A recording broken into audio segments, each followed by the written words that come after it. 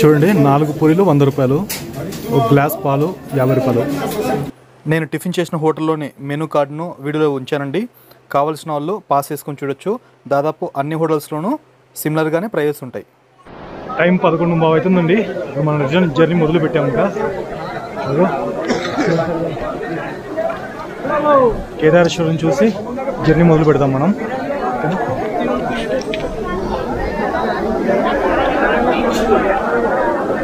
కానీ క్యూ చూడండి, అస్సలు జనాలు తగ్గట్లేదు.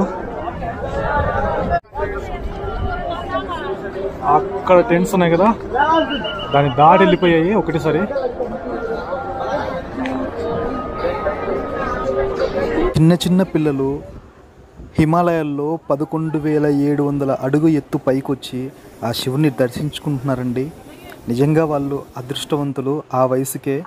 కానీ మనం మాత్రం చిన్న కష్టం రాగానే పరాయి దేశం వాడు, పరాయి మతం వాడు వచ్చి మీ దేవుడు సైతాను, మీ దేవుడు ఒట్టి రాయి, మీ దేవుడికి ఎలాంటి శక్తి లేని చెప్పింది విని మూర్ఖుల్లాగా ఇంట్లో ఉన్న పటాలని తీసుకెళ్ళి బయటపడేస్తాం.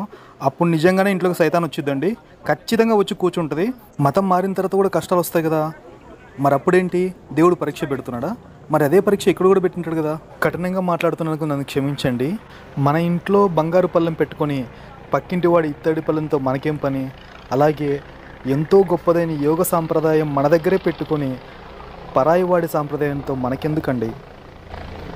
ఇది కేదార్నాథ్ టెంపుల్కి 1 కిలోమీటర్లో ఉన్న హెలిప్యాడ్ అండి. ఇక్కడ హెలికాప్టర్స్ జస్ట్ అలా వస్తాయి, అసలు స్టాప్ కూడా అవ్వవు. దిగే వాళ్ళు దిగుతుంటారు, ఎక్కే వాళ్ళు ఎక్కుతుంటారు. వెంటనే హెలికాప్టర్ బయలుదేరిందండి. జస్ట్ 1 మినిట్ అవుతుంది. ఇక్కడ ఆల్రెడీ చూడండి ఒక హెలికాప్టర్ వెళ్ళిపోతుంది. ఇంకో హెలికాప్టర్ చూడండి అక్కడ మీకు దూరం కనిపిస్తూ ఉంది. అది దిగే వాళ్ళు దిగుతున్నారు, ఎక్కే వాళ్ళు ఎక్కేస్తున్నారు. వితిన్ 1 మినిట్లో అది మళ్ళీ బయలుదేరుతుందండి. అది కూడా చూడండి, హెలికాప్టర్ బయలుదేరిన తర్వాత జనరల్గా పైకి వెళ్తుంది, కానీ ఇక్కడ మాత్రం హెలికాప్టర్ కిందికి వెళ్ళిద్ది. ఎందుకంటే మనం లోయలో ఉన్నా కూడా మనం అంత హైట్లో ఉన్నాం, ఆ లోయ కూడా అంత హైట్లో ఉందన్నమాట. చూడండి హెలికాప్టర్ బయలుదేరింది, అలా కిందికి వెళ్ళిపోయింది. అదిగో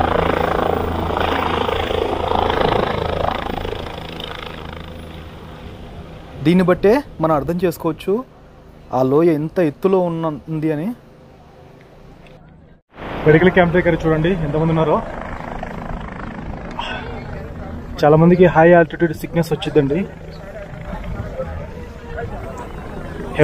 హెలికాప్టర్లు మాత్రం 2 నిమిషాలకు తిరుగుతూనే ఉన్నాయి, జనాలు ఎక్కువ అవడం వల్ల. మనం కష్టపడి సంపాదించిన డబ్బులతో కొనుక్కున్న కూరగాయలైనా సరే అవి చెడిపోతే మనం ఇంట్లోంచి తీసి బయటపడేస్తామండి. ఎందుకంటే అవి అలాగే ఉంచితే మిగతా కూరగాయలు పాడైపోతాయి, మన ఆరోగ్యం కూడా దెబ్బతింటుంది, ఇల్లంతా వాసన వస్తుంది. అలాగే మనలో ఉన్న చెడు గుణాలని, పనికిరాని సిద్ధాంతాలని, పనికిరాని వాదనని తీసి మన మనసులోంచి బయటికి విసిరేయాలండి. లేకపోతే మన శారీరక ఆరోగ్యము, మానసిక ఆరోగ్యము రెండూ పాడవుతాయి. మనకు సమాజంలో గౌరవం ఉండదు, ఇంట్లో ప్రశాంతత ఉండదు. అన్ని మతాలను, సాంప్రదాయాలను, వాదనలు మనం గౌరవించాలి. దాంతోపాటే మన సాంప్రదాయాన్ని మనం ఎప్పుడూ వదులుకోకూడదు. మన హక్కుని, మన బాధ్యతల్ని మనం ఎప్పటికీ వదులుకోకూడదు. మనం జర్నీలు కిందికి వెళ్ళే కొద్దీ, అంటే దాదాపు 8,000 నుంచి 7,000 అడుగులు కింది వెళ్ళే కొద్దీ మన ఆరోగ్యం పూర్తిగా బాగైపోతుంది. మనకి ఎలాంటి అన్కంఫర్ట్నెస్ కానీ ఇబ్బంది కానీ ఉండదండి. కావాలంటే నేను జర్నీ స్టార్ట్ చేసిన ముందు నా ఫేస్ చూడండి, జర్నీ అయిపోయిన తర్వాత నా ఫేస్ చూడండి, మీకు స్పష్టంగా అర్థమవుతుంది. నేను ఇవ్వాలనుకున్న ఇన్ఫర్మేషన్ మొత్తం ముందు వీడియోలోనూ మరి ఇప్పటిదాకా ఇచ్చానండి. ఇక్కడ నుంచి జర్నీని అలా ఎంజాయ్ చేస్తూ వెళ్ళండి.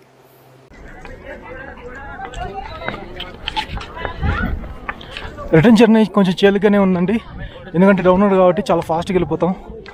అప్ ఎక్కడానికి దాదాపు 10 గంటలు పట్టింది ఈ లగేజ్తో. డౌన్ మాత్రం వితిన్ 5 అవర్స్లో వెళ్ళిపోతా ఉంటున్నారు. గూగుల్ మ్యాప్స్లో 4 అవర్స్ చూపిస్తుంది. చూద్దాం మరి. చూడండి వాళ్ళని, అంత పెద్ద లావుగా ఏమి ఉంటారు, మనకంటే చాలా పొట్టిగా ఉంటారు, సన్నగా ఉంటారు. అంత చిన్న ఏజ్ పిల్లలే వాళ్ళు. కొన్నిసార్లు 70-80 కేజీలు ఉన్న వాళ్ళని కింద నుంచి మోసుకుంటూ వస్తారండి. కాస్త డబ్బుల విషయంలో కఠినంగా ఉంటారు. అయినా కూడా ఆ డోలీలు మోసే వాళ్ళ పనితనం మాత్రం చాలా అద్భుతం అండి.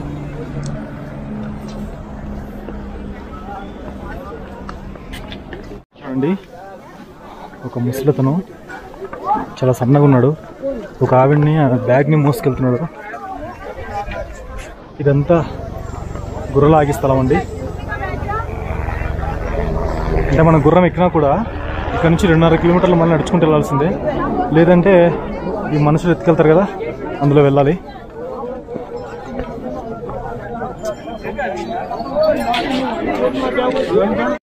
ఇక్కడ నుంచి గౌరీకొండ 13.5 కిలోమీటర్లు, లించోలి 3.5, భీంబలి 8.5. వీళ్ళైతే మనం లించోలిలో కానీ లేదంటే రాంబడలో కానీ రెస్ట్ తీసుకున్నాం అండి, కాసేపు భోంచేసి. మనం ఇక్కడ నుంచి అలా నడుచుకుంటూ అక్కడికి వెళ్ళాలి, అది లించోలి. ఇక్కడ నుంచి 3.5 km ఉందండి. అది చూడడానికి అలా కనపడుతుంది కానీ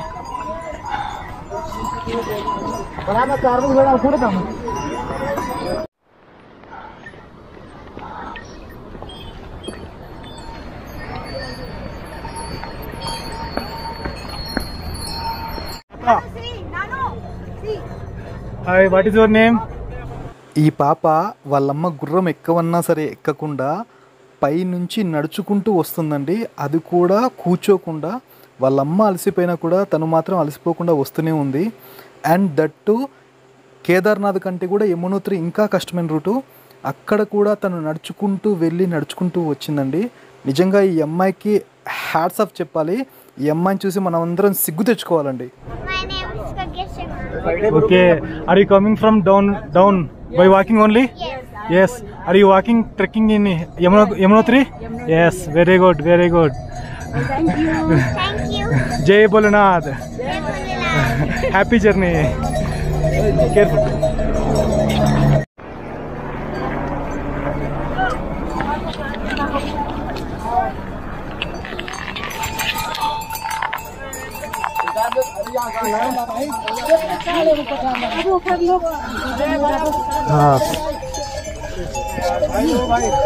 ఎట్టి పరిస్థితులు కూడా మంచం మీద కాళ్ళు పెట్టకున్నాయి, అలా జారిపోద్దంటే.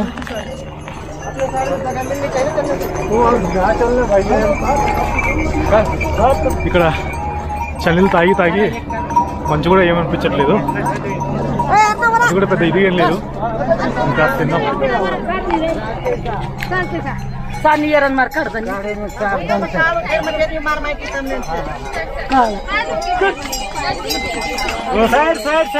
साइड भैया, थोड़ी साइड.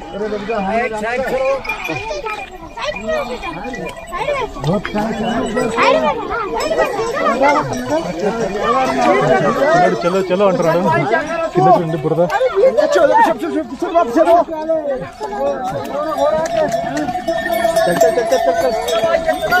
అందుకే చెప్పులు వేసుకొని రాకండి దయచేసి. ఇక్కడ లోకల్ వాళ్ళకంటే అలవాటు ఉంటుంది.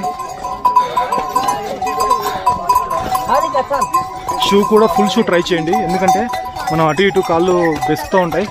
కాబట్టి ఫుల్ షూ అయితే కొంచెం యాంకిల్ సపోర్ట్ ఉంటుంది. ఏదైనా ప్రమాదం జరిగితే తర్వాత బాధపడాల్సి వస్తుంది. గుర్రం అలా జారిపోతుంది. చెప్పగా నేను ఒకరు కింద పడ్డారు, అలాగే పాపం.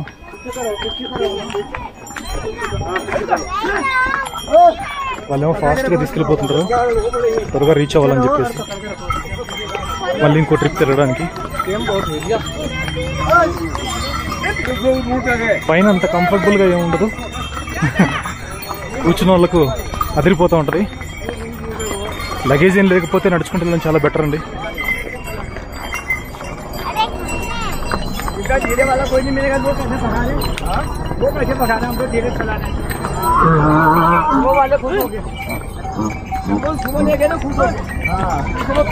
వెహికల్ ఒకటి ట్రాక్టర్ వస్తుంది.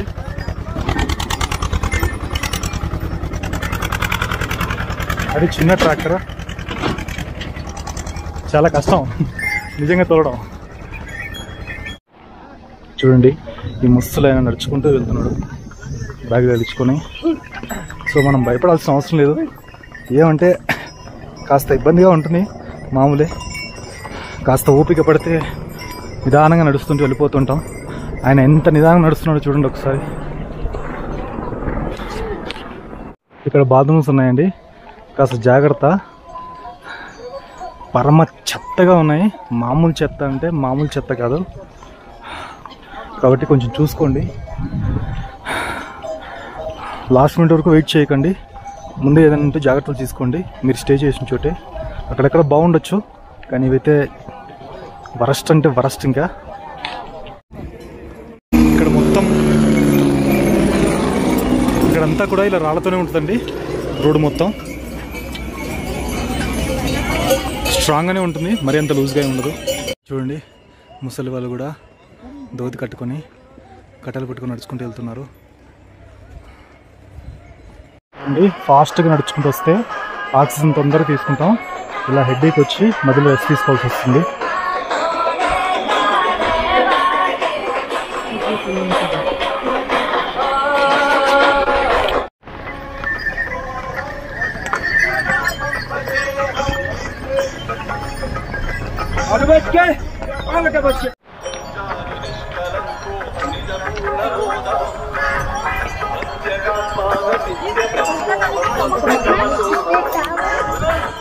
చూడండి, మళ్ళీ గుర్రాలన్నీ ట్రాఫిక్ జామ్ అయిపోయి ఇక్కడ అలా అక్కడ దాకా వెళ్ళాలి మనం. ఉన్నట్టుండి వాతావరణం మళ్ళీ బాగా కూల్ అయిపోయింది, వర్షం పడేలాగా ఉంది. ఎంతసేపు బాగున్నది, సడన్గా ఉన్నట్టుండి చలేస్తుంది. చాలామంది కింద నుంచి పైకి ఎక్కుతారండి. అక్కడ ఆరోగ్యం కొంచెం ఇబ్బంది పడి ఆక్సిజన్ అందక అలసిపోయి కిందికి వచ్చేటప్పుడు హెలికాప్టర్ ఎక్కడం కానీ గుర్రం ఎక్కడం కానీ చేస్తుంటారు. పైకి ఎక్కడం కష్టం, కిందికి చాలా ఈజీ అండి. చాలా హ్యాపీగా రావచ్చు. కిందికి వచ్చే కొద్ది ఆక్సిజన్ పెరుగుతూ ఉంటుంది కాబట్టి మన ఎనర్జీ లెవెల్స్ కూడా పెరుగుతూ ఉంటాయి. కాబట్టి పైకి ఎక్కగలిగారంటే కిందికి చాలా ఈజీ. మన సిటీలో ఇలాంటి ట్రాఫిక్ జామ్ మనం ఎప్పుడు చూడాలండి.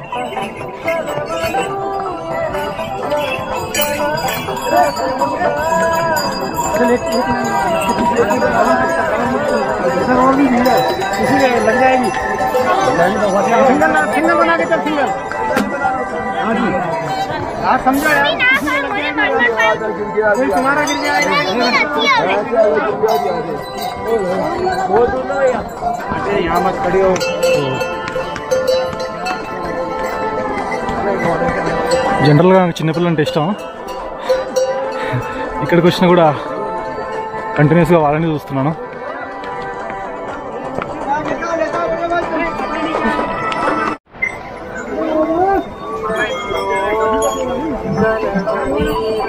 మనుషులు మోసుకెళ్తున్నారు.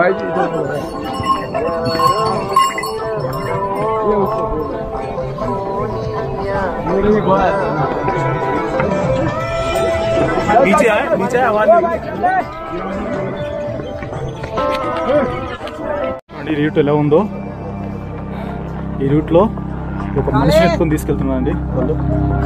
జాడితే అంతే. ఇంకా చూడండి ఎంత ఓపిక ఉండాలి. మళ్ళీ చిన్న పిల్లలే, 20 years 25 years, బక్కగా సన్నగా, అసలు పోషకాహారం ఉందా లేదా ఇలా కనిపించేలా ఉంటారు వాళ్ళు. మన జర్నీ మొత్తం మన పక్కనే మందాకిని నది పారుతూ ఉంటుంది. ఆ సౌండ్స్ అలా వింటూ అలా ఎంజాయ్ చేయండి.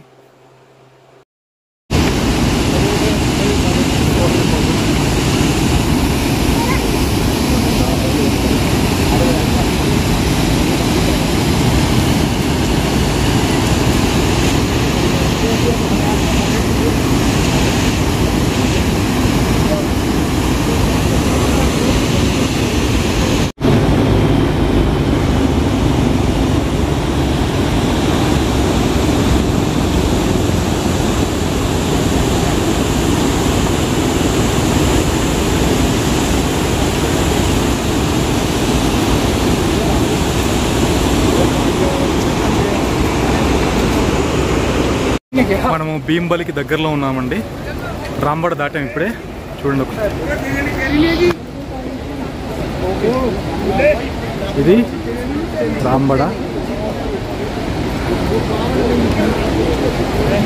ఇక్కడ కనిపిస్తుంది చూడండి, ఇది చోట లించోలి అక్కడ దూరం కనిపిస్తుంది కదా, అదంతా చూడండి. మనం అక్కడి నుంచి వస్తూనే ఉన్నాం అలాగా.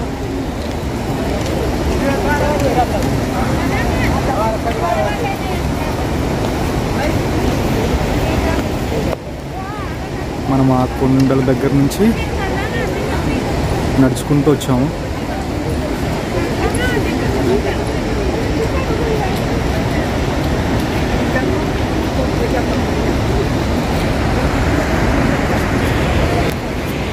మేబీ ఇంకో 2 గంటలు పట్టొచ్చండి. ఇక్కడ నుంచి 7 కిలోమీటర్స్ ఉందనుకుంటాను గౌరీకొండ, లేదా 2.5 అవర్స్ మధ్యలో ఒకవేళ ఆగితే కనుక. ఇప్పుడు వరకు ఏం తిన్నానంటే ఉదయం 4 పూరి, 1 పాలు, మధ్యలో కాఫీ, 2 చిన్న అరటిపండు, అంతే, ఇంకేం లేదు. కానీ నో ప్రాబ్లం అండి, బాగానే ఉంటుంది. మరీ అంత ఆకలి ఏమి ఉండదు. మరీ ఎక్కువ తిన్నా జర్నీ కష్టం అవుతుందండి. రిటర్న్ జర్నీ చాలా ఫ్రీగా ఉంది చూసారా. అప్పుడు చాలా కష్టం, కానీ రిటర్న్ చాలా ఫ్రీగా వచ్చేస్తాం అన్నమాట.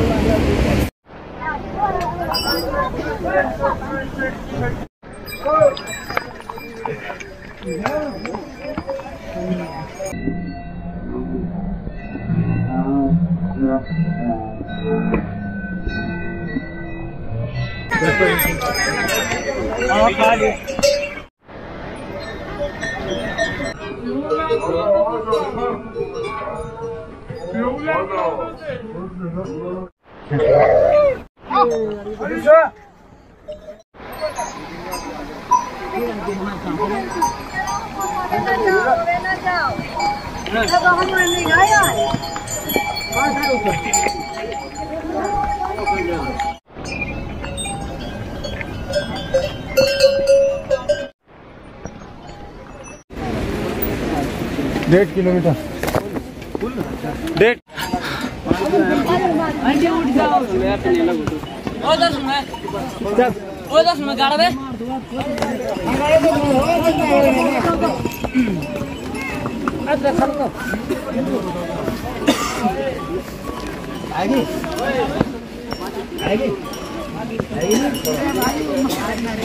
हेलो भैया, व्हाट इज योर नेम?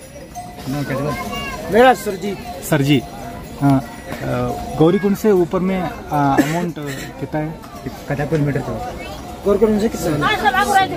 16 18 होगा. I don't know Hindi. Okay, it's okay. Location చూడండి ఎలా ఉందో.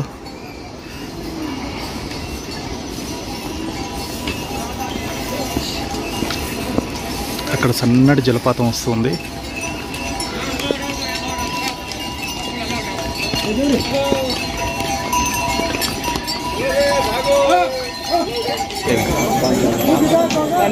कहाँ से आए हो? दिल्ली से. ఒకసారి చూడండి ఈ పర్వతం ఎంత హైట్ ఉందో.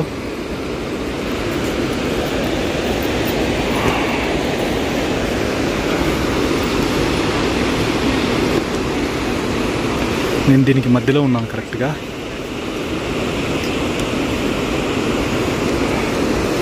వైడ్ యాంగిల్ పెట్టినా కూడా కవర్ అవ్వట్లేదు పర్వతం మొత్తం.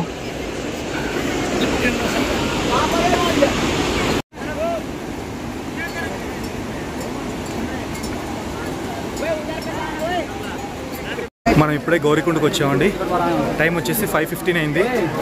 ఎగ్జాక్ట్ 11:15 బయలుదేరుకుంటున్నాం. ఇప్పుడు 5:15 అంటే 6 అవర్స్ పట్టింది కరెక్ట్గా. మధ్యలో ఎక్కువ ఆగలేదు. ఇప్పుడు గౌరీకుండలో వేడినీటి కుండల్లో స్నానం చేయాలండి.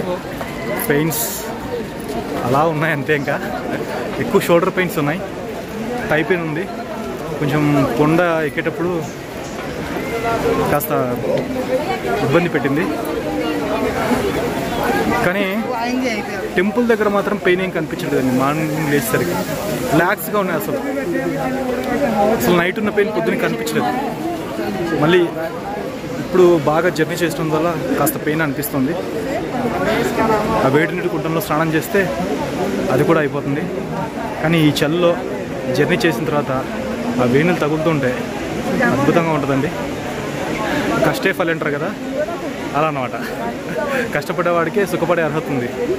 లేదనుకోండి, అసలు కష్టపడ్డవాడిని బెడ్ పరుపు మీద 10 గంటలు పడుకున్న తర్వాత ఆడికి సుఖం ఉండదు. ఇంకా అదే బాగా కష్టపడితే గంట సేపు పడుకున్నా వాడికి చాలా హ్యాపీగా ఉంటుంది.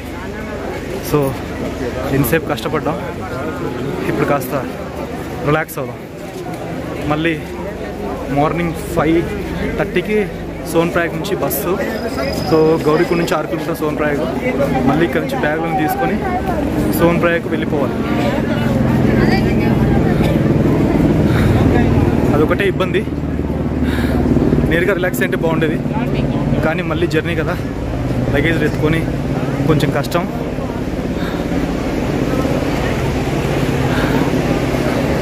మీకు తర్వాత కుండు చూపిస్తాను. మళ్ళీ వెళ్ళేటప్పుడు మనం స్నానం చేసి వెళ్ళాం అక్కడ.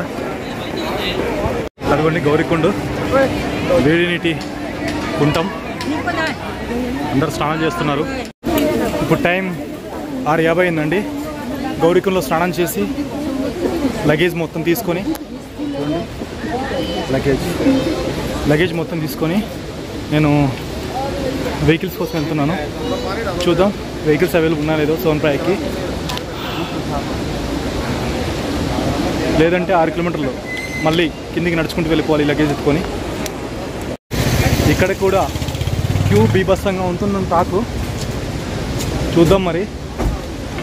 సో అక్కడ దాకా మనం నడుచుకుంటూ వెళ్ళాలి. ఆ కింది వైపు దాదాపు ½ km పైన నడవాల్సి ఉంటుంది. మేబీ 1 km అనుకుంటాను. పోయే కొద్ది దూరం పెరుగుతూనే ఉంది. ఇంకా వీళ్ళు వెహికల్స్ పెట్టి ఏం లాభం ఏమో నాకు అర్థం కాలేదు.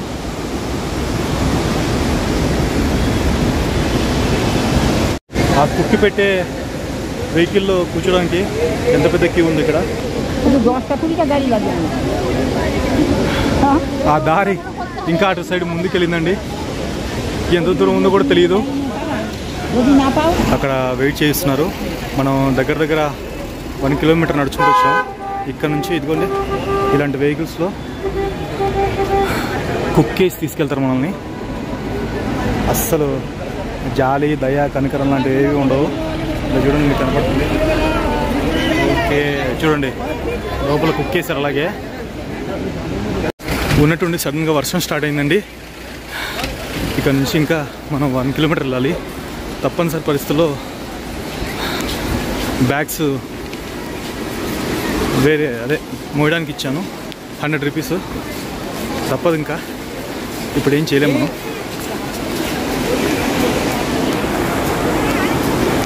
ఇక్కడ సడన్గా వర్షం పడుతుంది, మళ్ళీ ఎంతవరకు ఆగిపోతుంది. ఒకసారి పడిందంటే ఎన్ని రోజులు పడుతుందో కూడా తెలీదు. వర్షాకాలం మీద ఉందంటే ఎండాకాలం మీద ఉందంటే వర్షాకాలం ఎలా ఉంటుందో. అక్కడ వెహికల్ కుక్కేశారు బాగా. తర్వాత తీసుకొచ్చి మళ్ళీ 1 కిలోమీటర్ ముందు ఆపేశారు. కరెక్ట్గా వర్షం స్టార్ట్ అయింది. లైట్ ఫెయిల్ అయింది. పొరపాటున రెడ్ బ్యాగ్స్ ఉండడంలో కన్ఫ్యూజ్ అయ్యి వేరే వాళ్ళకి నా రెడ్ బ్యాగ్ వెళ్ళిపోయింది. వాళ్ళ రెడ్ బ్యాగ్ నాకు వచ్చేసింది. మళ్ళీ నేను అక్కడ ఆగిన తర్వాత మళ్ళీ పక్కనే మనకు బస్ స్టాండ్ పోలీస్ స్టేషన్ ఉంటుంది.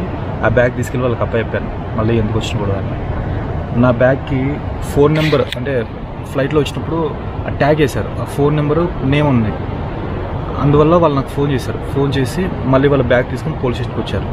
కాబట్టి ఎప్పుడైనా ఇక్కడికి వచ్చినప్పుడు ఒక ట్యాగ్ తీసుకొని మీ ఫోన్ నెంబరు అవన్నీ బ్యాగులు మీరు రాయండి. ఎందుకంటే కుప్పలు ఇష్టం వచ్చినట్టు పడేస్తూ ఉంటారు.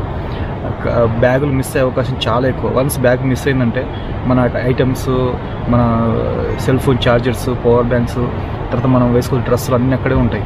మనం చాలా ఇబ్బంది పడతాం. డబ్బులు ఉండొచ్చు కానీ బ్యాగ్ పోతే చాలా ఇబ్బంది పడతాం. సో అది నాకు బాగా అర్థమైంది. ఇప్పుడు ఆ ట్యాగ్ ఉండడం వల్ల వెంటనే కనుక్కొని మళ్ళీ వాళ్ళే పోలీస్ స్టేషన్ దగ్గరకు వచ్చారు, పోలీసులతో ఫోన్ చేయిస్తే. కాబట్టి అది ఒకటి గుర్తుపెట్టుకోండి. ఇదిగోండి, ఇదే మన టెంట్.